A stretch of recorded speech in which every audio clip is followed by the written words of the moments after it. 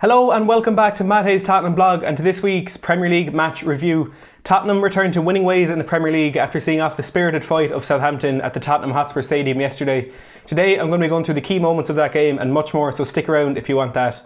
Now if you are new to the channel and you haven't yet subscribed, I do various interactive live streams, match previews, reviews and breaking news videos. So if you want more of that content, make sure to hit the subscribe button down below and click that notification bell so you get notified whenever I upload or go live. So to get straight into things, it was a massive relief yesterday to pick up 3 points against Southampton. And as I said in my preview on Friday, the performance meant absolutely nothing. I wasn't looking for the kind of performance we saw against Crystal Palace. It would have been obviously better to have a performance like that. But I'm not going to complain that we didn't see it, because aside from a few obvious setbacks, all we needed this weekend was to get back to winning ways and to get some of the fans back on side. And it was a poor performance from the footballing side of things in terms of the determination and grit and the character that the players that they did show. There's absolutely no faulting them, but primarily from a footballing side of things, it wasn't the greatest game we've ever seen from Mauricio Pochettino's side. But I suppose just going through the key moments of it, the first goal was a bit lucky, a slight deflection in front of the keeper. But I think with the formation that Pochettino went with, if you're not aware, he went with the three in midfield again of Winks, Sissoko and Ndombele. And we could see from the first few games of the season that when that was used, it took a lot away from us in the final third. And there were, usually when we'd have four players up there's only three. And there was certainly a bit of danger taken out of our side. And you could tell even before that goal from Ndombele that was something Pochettino was trying to address in a different style of play in this game. Ndombele had gotten into a few good positions and he had a carbon copy of the goal in a chance only a couple of minutes before it, when Heung-min Son ran down the left wing and he cut it back to Ndombele. And unfortunately in that instance the ball was kind of behind him and he managed to get it back, but his shot was then blocked and it went out for a corner. So that was certainly a feature of our play yesterday up until the game changed with that red card. But it was a little bit of play outside on the right hand side. It was a decent delivery from Christian Eriksen, to be fair. He was looking for the head of Harry Kane, but it was just glanced on out to Heung-min Son. And as you'd expect from Son in that position, he stayed perfectly calm and made the best decision really to pull it back to Ndombele. And the finish wasn't the best from the midfielder. I mean, he's a holding midfielder who I think has only actually scored one goal for Lyon. And now he's already surpassed that at Tottenham with his second goal of the season already. And it was a bit lucky, that deflection in front of the keeper. It was perhaps one he still should have saved, but we're not going to complain about that. And it's great to see that Ndombele does have this side to his game, because already he's outscored Sissoko as a Tottenham player and he's matched Harry Winks' goal scoring stats. Winks of course scoring in 2 London derbies against West Ham and Fulham. So it's good to see that we do have a kind of deeper lying player that can add that to his game. After that it was fairly even. I wouldn't say we were in control of the game, but it all changed with that two really, really strange moments from Serge Aurier. And I think that game against Crystal Palace a couple of weeks ago, Aurier showed why he is in contention to be in the side and why he still is at the club. But yesterday he showed why he's struggling to get into the first team and why there are so many fans, I would say myself included, that don't really want to see him in the first team. Because that first tackle that he made, if he had caught the player a little bit more than he did, that itself was worthy of a red card. I mean, coming in from behind, a scissor action. And the worst thing is, the player was going absolutely nowhere. He was near the halfway line facing the sideline. He was posing no danger to Tottenham whatsoever. And a really rash, confusing moment, I suppose, from Serge Aurier to come in from behind with that scissor action.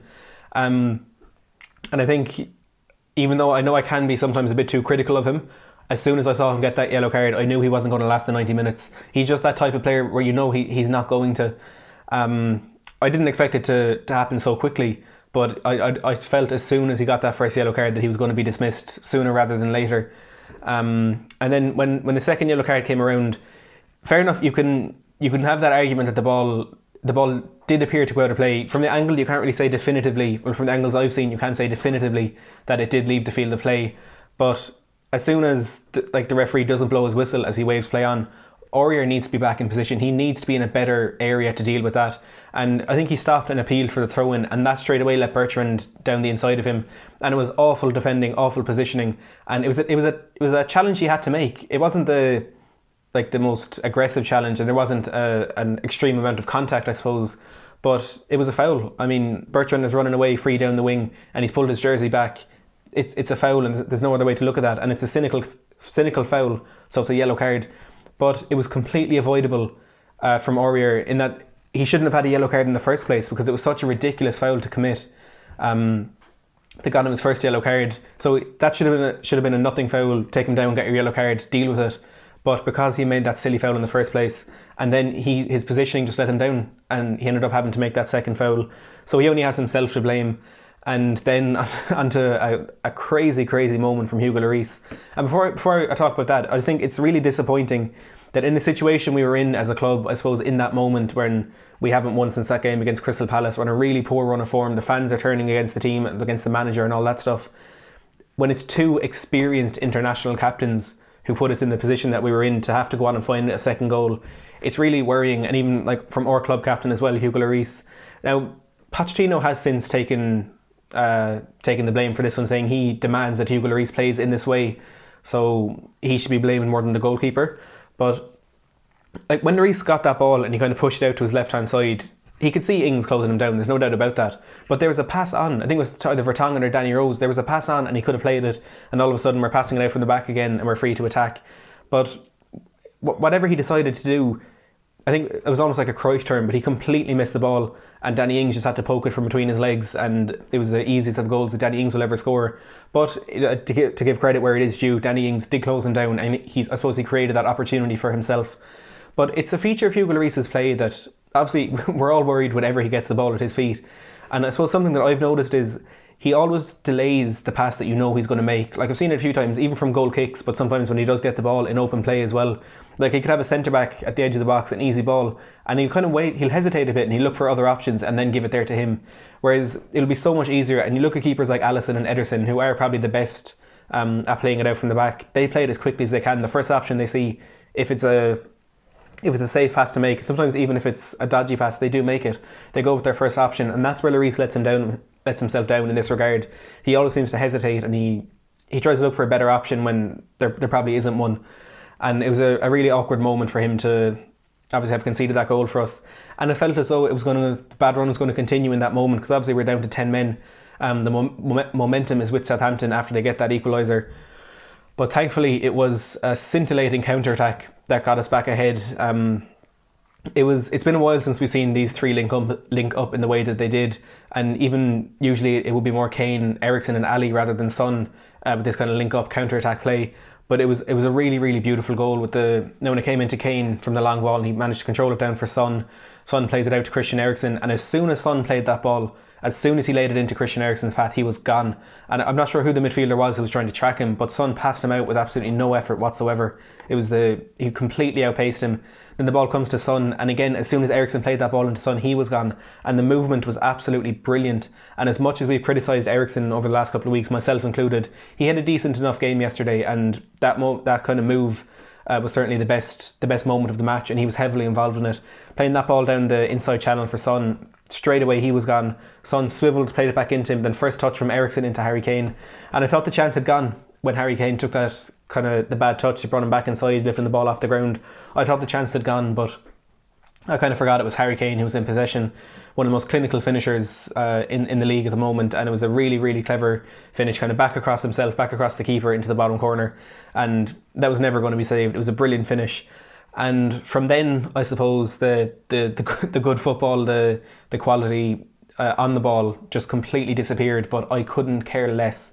I really, really couldn't, because that second half, I think in the second half Southampton had something like 75% possession, and they absolutely bombarded us for the majority of that half.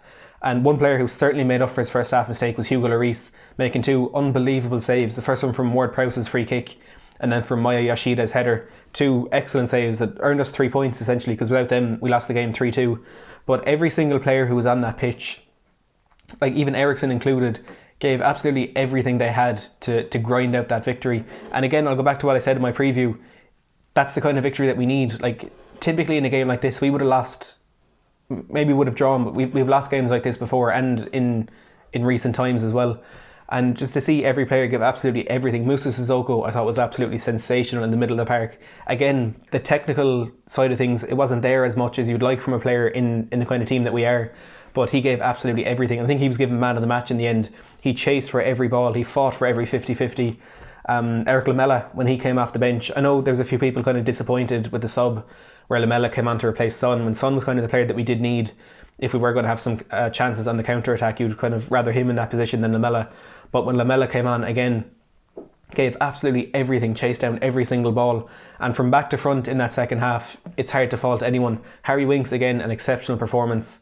It was just really great to see the players kind of back on side, and you could see they were playing for the manager, they were playing for the badge, they were playing for the fans, which is something that you can argue has been missing in the last couple of months. And it was a massive relief as much as it was a pleasure to watch those players give absolutely everything.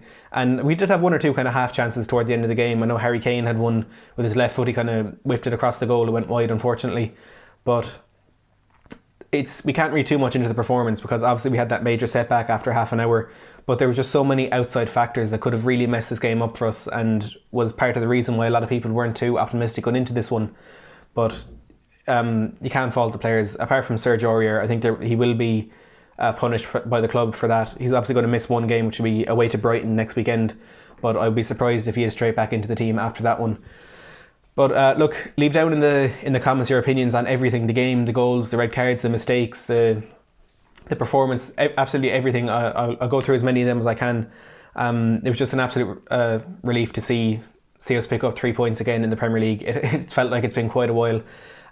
Look, that's all I have time for this video today. Make sure to hit that thumbs up if you haven't already, and click that subscribe button if you are new to the channel. Thanks for watching.